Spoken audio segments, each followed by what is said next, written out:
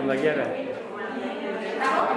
Bueno, vamos a empezar haciendo un repaso del tema en general.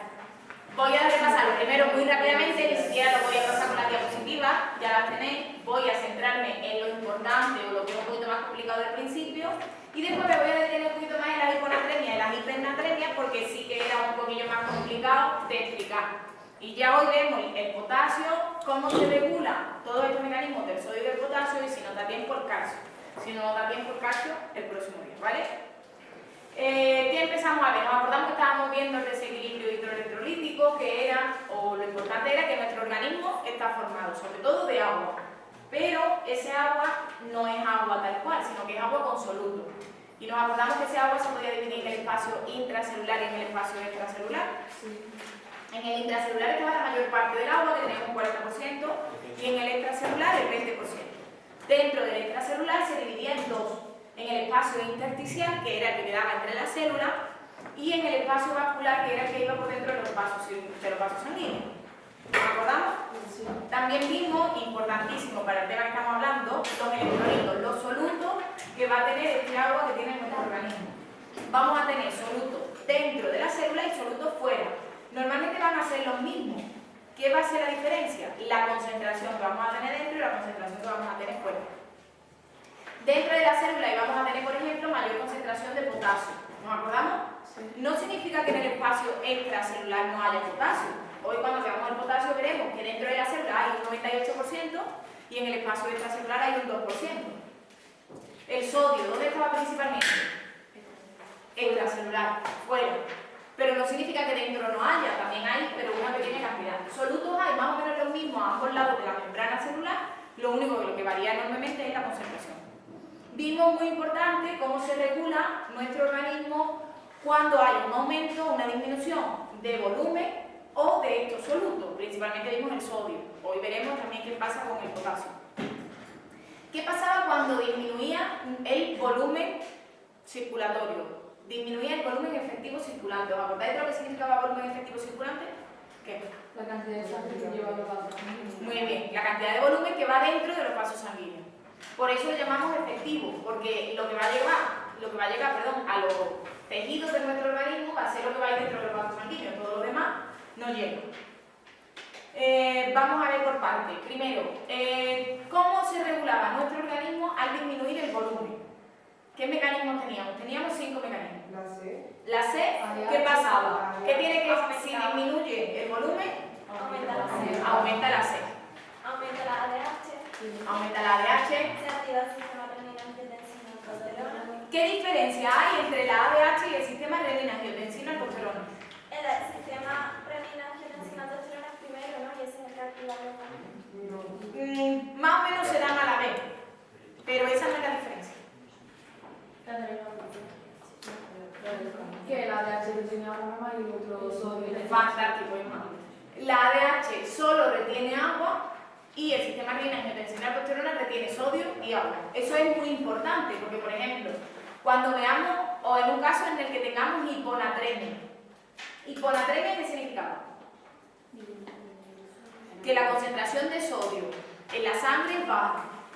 Puede ser que la concentración de sodio en la sangre sea baja porque haya mucho volumen de agua y ese sodio se diluye. ¿Os acordáis que vimos la hiponatremia dilucional? Sí. Y este caso se podría dar, por ejemplo, imaginaros, hemos dicho, la ADH retiene solo agua y el sistema renina-angiotensina-aldosterona retiene agua y sodio. Pues imaginaros que tenemos un problema en la secreción de ADH. La ADH siempre está activa, pero el sistema renina-angiotensina-aldosterona funciona normalmente, es decir, elimina el sodio que tiene que eliminar, pero lo único que se está haciendo es retener agua, retener agua, retener agua. ¿Qué pasa con el sodio? Disminuye, pero no es que haya disminuido de verdad, sino que la cantidad de agua es tan grande. síndrome de Osmolaridad. Eso significa que el sodio está muy bajo. Pero en este caso en el que estoy poniendo el ejemplo, no es porque el sodio realmente esté bajo, sino porque había un problema en la ADH y el agua es muy alta. Por eso es importante saber que la ADH retiene solo agua, porque yo en el examen os puedo decir, pues ante una secreción continua de ADH aumenta el sodio. ¿Eso es verdad o es mentira? Falso. Falso, porque lo único que se está reteniendo es agua, no sodio y agua. Otra cosa es que os diga, hay una secreción continua del sistema renina-angiotensina-aldosterona. Está constantemente activo. Pues entonces sí que puede haber una hipernatremia, porque se está manteniendo constante o se está reteniendo constantemente sodio y agua, no solo agua. ¿Vale? Seguimos con la disminución de volumen. ¿Qué más teníamos que activar? Sistema simpático. Sistema simpático, ¿qué hacía? La vasoconstricción. ¿Y por qué era importante la vasoconstricción? Porque vamos a la presión. Porque como dentro de los vasos sanguíneos hay menos volumen, ha disminuido el volumen. Si antes el vaso sanguíneo tenía este diámetro y de repente el volumen que va dentro es menor, hago la vasoconstricción para intentar que el poco volumen que tengo llegue a los tejidos que necesito. Y nos queda un sistema. El péptido, ¿qué hace? El péptido natriurético. Favorece la eliminación del sodio y agua por el índice. Por tanto, si tenemos una disminución de volumen, tiene que estar activo o inactivo. Inactivo. Porque si está activo, el volumen todavía descendería más. ¿Puedes repetir la vasoconstricción? La vasoconstricción es que debido a que ha disminuido el volumen que está dentro de los vasos sanguíneos, como el volumen es menor, para conseguir que ese volumen menor llegue a todos los tejidos, disminuyo el diámetro de los vasos y entonces la presión que llevaría ese pequeño volumen pues ya sería mayor. ¿Vale? Que cuando baja la presión, ¿no? Para que haya más Que es cuando baja la presión. Y relacionándolo con esto que acaba de decir Sara, ¿con qué estaban relacionados y para qué eran importantes todos estos sistemas que estamos viendo? Para la tensión arterial. La tensión arterial, ¿cómo estaba si disminuía el volumen efectivo circulante? Baja. La tensión arterial está baja, entonces nosotros tenemos que tener mecanismos compensadores para que aumente la tensión arterial. Si aumenta el volumen efectivo circulante, es decir, si la cantidad de sangre es mayor, el volumen sanguíneo es mayor, ¿cómo será la presión? La tensión arterial más alta. Y entonces, siempre tenemos que pensar en cómo se regula este sistema. ¿Vale? Si yo digo qué mecanismo se tiene que activar para regular la hipertensión arterial, ¿cuál? Activar para regular la hipertensión arterial. ¿Cuál? El Muy bien, el péptido. Todos los demás deberían de estar inactivos. Un truco para que os sirva es, el péptido es siempre antagónico al sistema renina-angiotensina-aldosterona. Son antagónicos porque actúan al contrario. Pero un truco es que imaginaros que vosotros estáis estudiando y el que mejor entendéis cuando leéis es la ADH. ¿Cuándo se tiene que activar la ADH? Que es más fácil. O el agua, o la C, perdón. Entiendo perfectamente cuándo se tiene que activar la C, cuándo se tiene que activar la ADH. Y me lío cuándo se tiene que activar el sistema renina-angiotensina-aldosterona. A lo mejor no os pasa, ¿vale? Pero imaginaros que os pasa. Bueno, pues si yo sé que la ADH está activa, siempre que la ADH se active, vaya acompañada de la activación del sistema renina-angiotensina-aldosterona. Y siempre que la C se active, vaya acompañada, y siempre que esto esté activo, el péptido está inactivo. ¿Vale? Esos trucos para que, bueno, si lo entendéis todo, mucho mejor. Pero si a lo mejor, pues a algunos cuesta más, sabiendo que siempre tiene que estar o unido o al contrario, es más fácil. ¿Vale? Después vimos esto era cómo se regulaba en una persona sana, sin ningún problema. Pero ahora tenemos que pensar que hay una alteración, una patología, porque a esto podemos llegar por patología. Por ejemplo, vimos cómo podíamos llegar a una disminución de volumen efectivo circulante, ya como patología. Una persona, ¿cómo puede tener un problema con el volumen efectivo circulante? ¿Qué le tenía que pasar a esa persona? Pensar, una hemorragia. ¿Una hemorragia disminuye el volumen que va en la sangre? Sí, ¿verdad? Pues entonces estos mecanismos se van a poner activos para intentar compensar la hemorragia. Más. La menstruación también, porque también no deja de ser una hemorragia para la cual la mujer está preparada, pero no deja de ser hemorragia. ¿Qué más? Teníamos dos más. Diarrea y vómitos, muy bien. Problemas gastrointestinales también podían hacer que elimináramos gran cantidad de líquidos, ¿verdad? Y más muy bien. Y nos queda uno, y dímelo. Ya lo he dicho por aquí, ¿te acuerdas? Sudar, como una sudoración excesiva. ¿Nos acordamos? Si una persona, muchas veces se ve a personas entrenando en la calle. Yo el otro día había uno que eran las 4 de la tarde, estaba entrenando ya con un calor horrible. ¿Esa persona estaba sudando más de lo que debería? Sí, porque no es hora. ¿Quién tiene que entrenar? ¿Pensáis que alguien debería de entrenar a esa hora? ¿Pero qué deportistas profesionales? Lo que tiene que Con los de trabajar natación o algo de eso. Los de natación no, porque nunca van a tiene porque que entran a esa hora. trabajar con presión y temperatura, en plan que correr en la montaña y eso, ¿no? Los que vayan a prepararse, los que se estén preparando para correr a esa hora. Imaginaros que alguien se está preparando para hacer la maratón del desierto. ¿Debería de correr a esa hora? Pero solo esa persona, un nadador va a estar en el agua si después no va a pasar ni calor.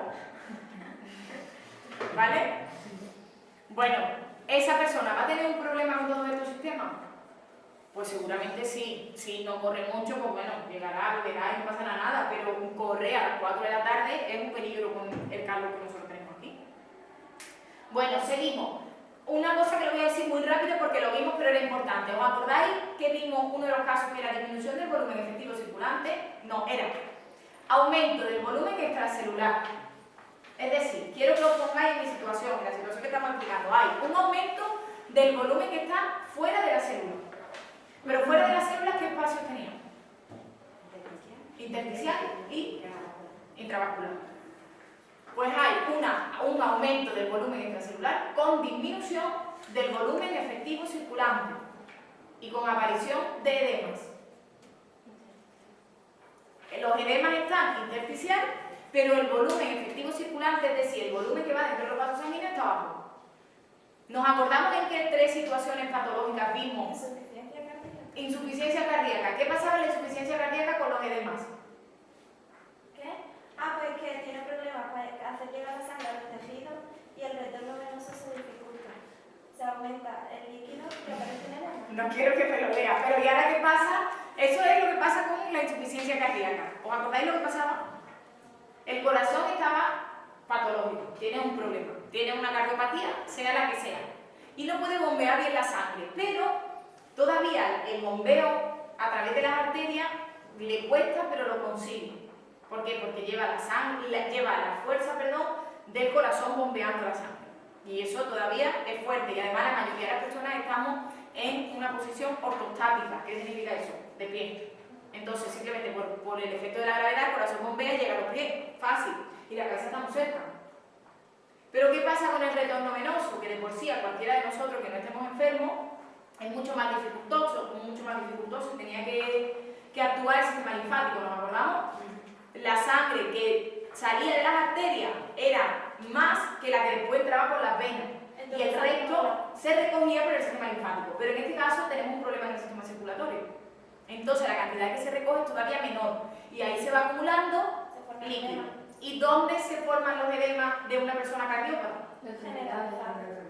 Son generalizados, pero principalmente se localizan en las extremidades inferiores. ¿Por qué? Porque están más lejos.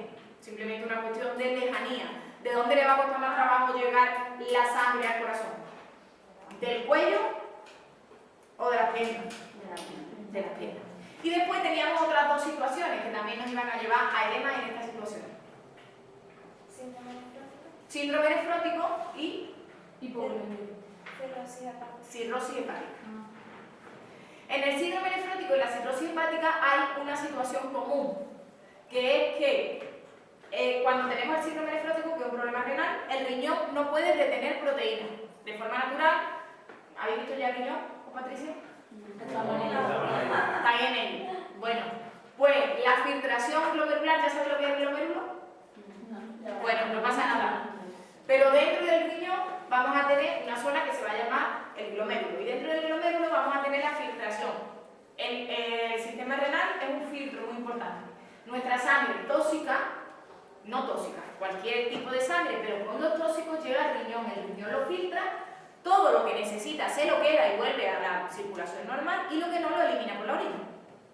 ¿Eso lo entendéis? Bueno, pues la mayoría de las proteínas que le llegan al riñón, salvo una dieta hiperproteica, la mayoría de las proteínas se quedan otra vez en la sangre y el riñón no las elimina. En un riñón sano. En un riñón enfermo no puede retener estas proteínas, las elimina por la orina. Se produce albuminemia. Muy bien, sobre todo de la albúmina. Y se produce albuminuria, Aparece albúmina en la orina. Y ahora, sin leerlo, quiero que me digáis por qué era tan importante, por qué aparecen edemas si hay una disminución de las proteínas. Yo os digo, hay una disminución de las proteínas sanguíneas y eso hace que disminuya el volumen efectivo circulante, es decir, disminuye el volumen que va dentro del vaso sanguíneo y aumenta el volumen extracelular. Hay edemas y esta vez generalizado por todo el cuerpo. ¿Por qué? ¿Qué hacían las proteínas dentro de los vasos sanguíneos? Porque Era una palabra concreta. Y yo os doy dos palabras, os doy la primera. Presión oncótica. ¿Y qué significaba la presión oncótica? Que crea el agua dentro de los vasos sanguíneos. La presión oncótica hace que se retenga el agua dentro de los vasos sanguíneos, que el agua no salga. Si disminuye la proteína, esa presión oncótica desaparece y el agua sale. ¿Y dónde sale? En todos los vasos sanguíneos. Por eso tenéis que saber dónde se van a localizar los edemas del riñón enfermo y del hígado enfermo. Por todo el cuerpo. A diferencia del corazón, que se van a localizar en la arteria. Y el hígado también produce ascitis. ¿Nos acordamos de lo que era la ascitis? Líquido intraperitoneal en el abdomen. ¿Por qué? Porque cuando hay un trasvase, porque el problema es que el hígado, cuando aparece cirrosis, es que el 80% del tejido ya no funciona.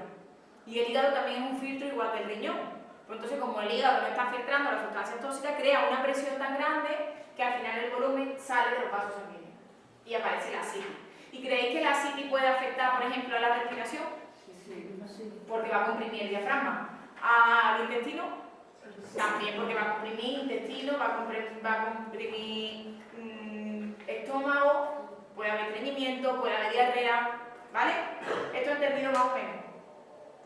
Ahora nos vamos a la hiponatremia, que también lo voy a ver muy rápido, ¿eh? Pero me voy a detener un poquito más en una cosa. Hiponatremia, ¿qué significaba hiponatremia? Disminución de sodio por debajo de 130 miliequivalentes litros, hay que saberse la cantidad. ¿Vale?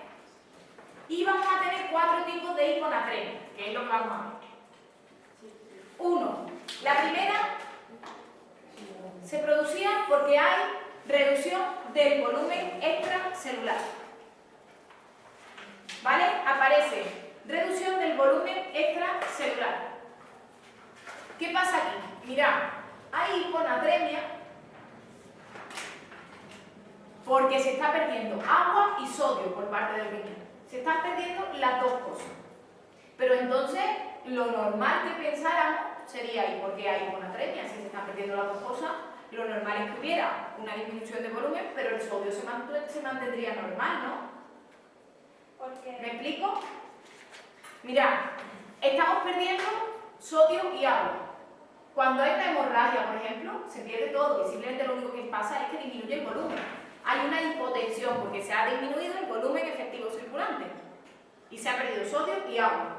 Ahí no se habla de hiponatremia, se habla de una disminución de volumen, una disminución de tensión arterial. Pero aquí yo estoy diciendo que se está perdiendo agua y sodio, podemos poner el caso de una hemorragia, sin embargo, hay hiponatremia. Quiero que penséis eso, pero antes os lo voy a complicar todavía un poquito más. Si hubiera una hiponatremia, ¿qué me indica? Que el agua está alta o baja. Olvidaros de esta situación un momento. Alta. Para que haya una hiponatremia significa que hay más agua que sodio. ¿Sabéis lo que significa, no? Sí. ¿Os acordáis de los vasos que os imaginé? Si le echábamos una cucharadita de azúcar y a este le echábamos 2 cucharaditas de azúcar en el mismo volumen, ¿cuál estaba más diluido? El de una. La que tenía una cucharadita estaba más diluida. Entonces siempre tenemos que pensar que cuando haya una hiponatremia, normalmente es porque la cantidad de agua es más que la de sodio. ¿Vale? Entonces, lo normal ante una hiponatremia, con la ADH, no quiero que lo digáis en voz alta, quiero que lo penséis. Con la ADH, ¿qué sería? Que estuviera, no os pensáis en esto, ¿eh? Con la ADH, ¿qué sería? Lo normal, que estuviera activa o inactiva. Recuerda lo que hacía la ADH. La ADH retiene agua. Pero... Dime tu duda, pero no me contestes a la pregunta. No, quiero saber si con una hiponatremia la ADH está activa o inactiva. Tiene que estar inactiva. ¿Por qué tiene que estar inactiva? Porque solo retiene agua. No solo. Y porque yo no necesito que mi organismo retenga más agua. Repito ahora sin pregunta. Estoy teniendo una situación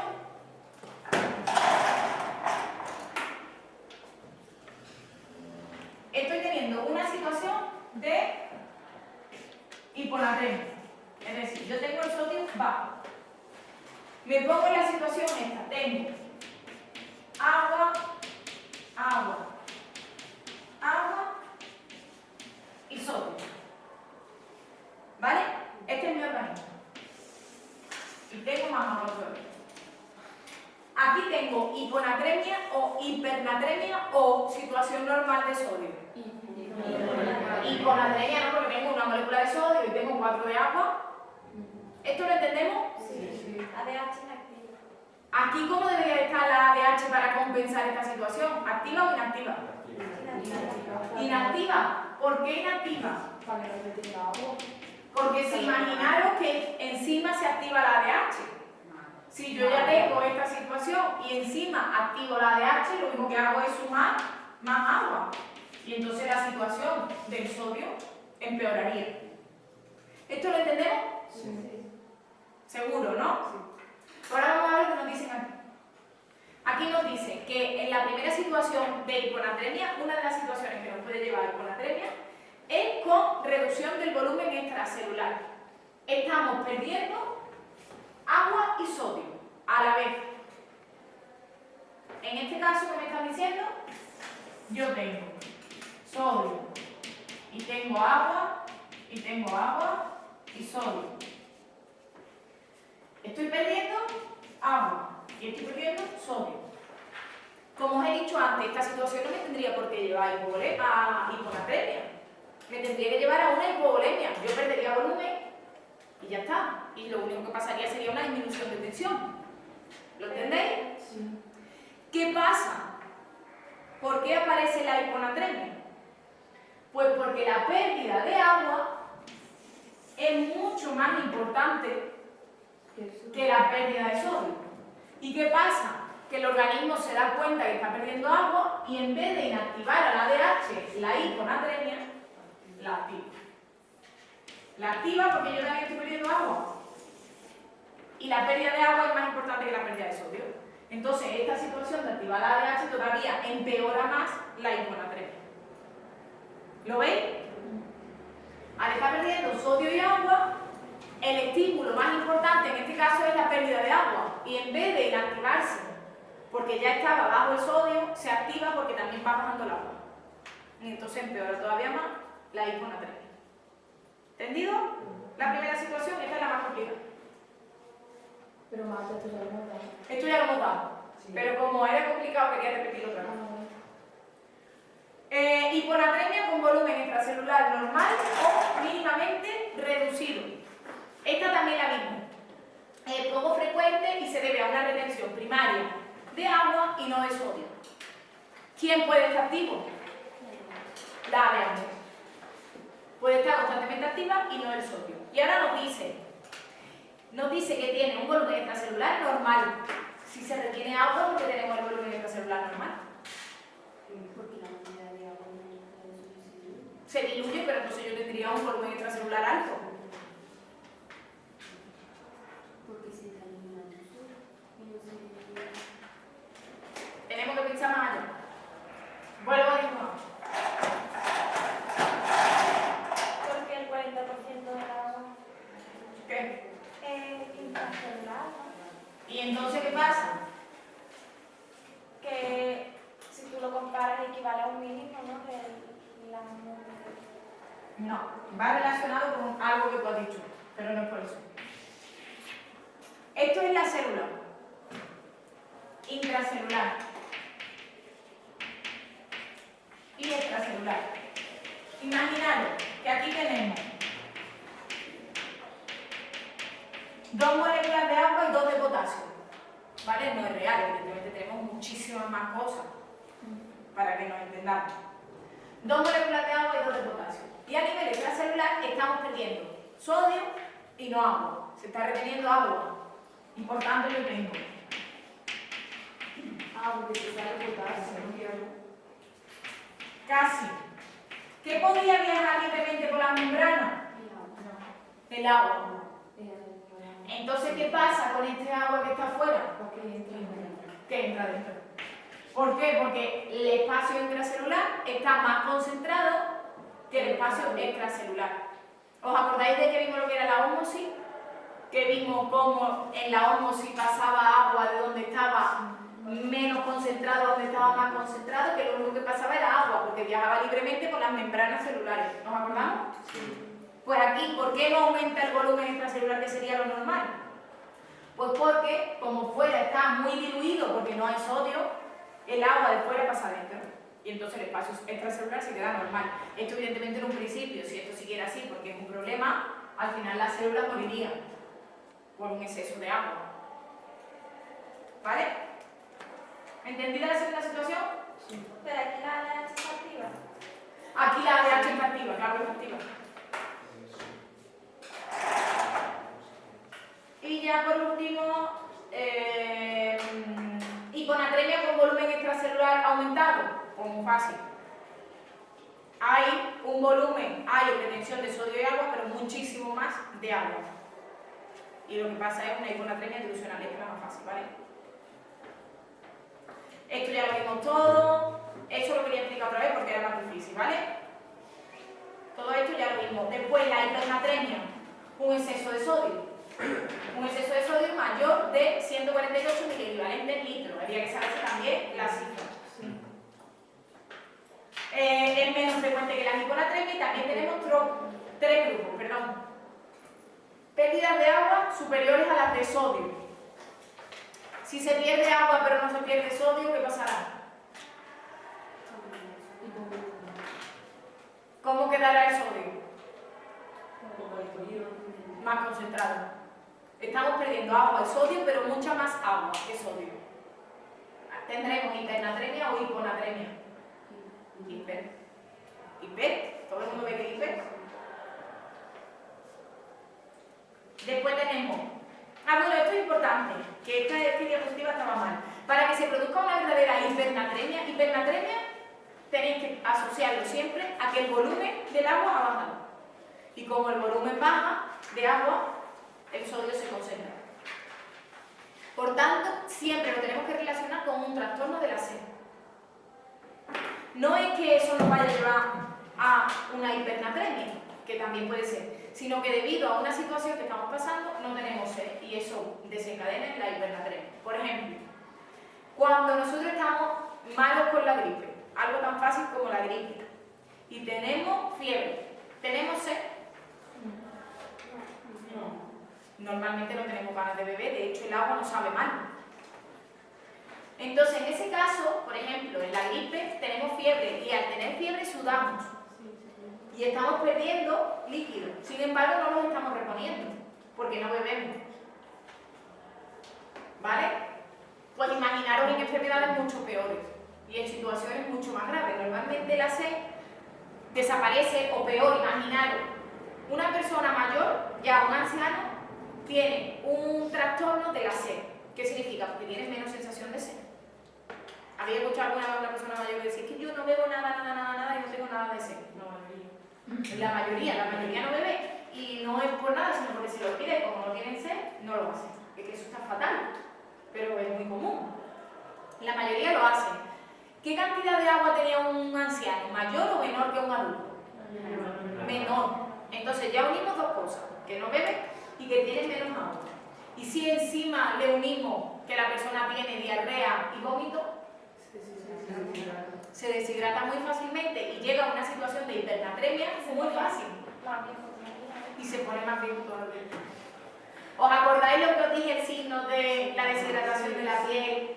Pues evidentemente un anciano ya le pasa pues porque tiene muchísima menos agua. Pero en esta situación todavía es mucho peor, se agrava. ¿Vale? Eso os acordáis que lo expliqué, ¿verdad? Esto era más fácil. ¿vale? He explicado lo otro y este también era muy fácil. ¿Os acordáis que os dije el balance positivo de sodio que era por una iatrogenia? ¿Os acordáis que os dije lo que era el efecto iatrogénico? Sí. ¿Qué era? Lo produce un medicamento personal sanitario. Exactamente, que hay un problema por un medicamento o el personal sanitario, pero no significa que sea por una negligencia. Aquí nos dicen dos casos. Uno, que puede crearnos un problema porque se ha hecho algo mal. Otro, que puede ser que aparezca un efecto secundario de algo que haya salvado tu vida. Por ejemplo, ¿se puede partir una costilla en una reanimación cardiopulmonar? Sí, pero ¿eso te ha podido salvar la vida? Pues entonces compensa, ¿no? Entonces, a veces, estos efectos iatrogénicos pues, son positivos a pesar del efecto negativo que han causado. Otras veces no. Por ejemplo, aquí nos dice cómo al preparar una solución de diálisis no bien hecha, puede desencadenar en hipernatremia. Eso sí es algo negativo que se ha hecho.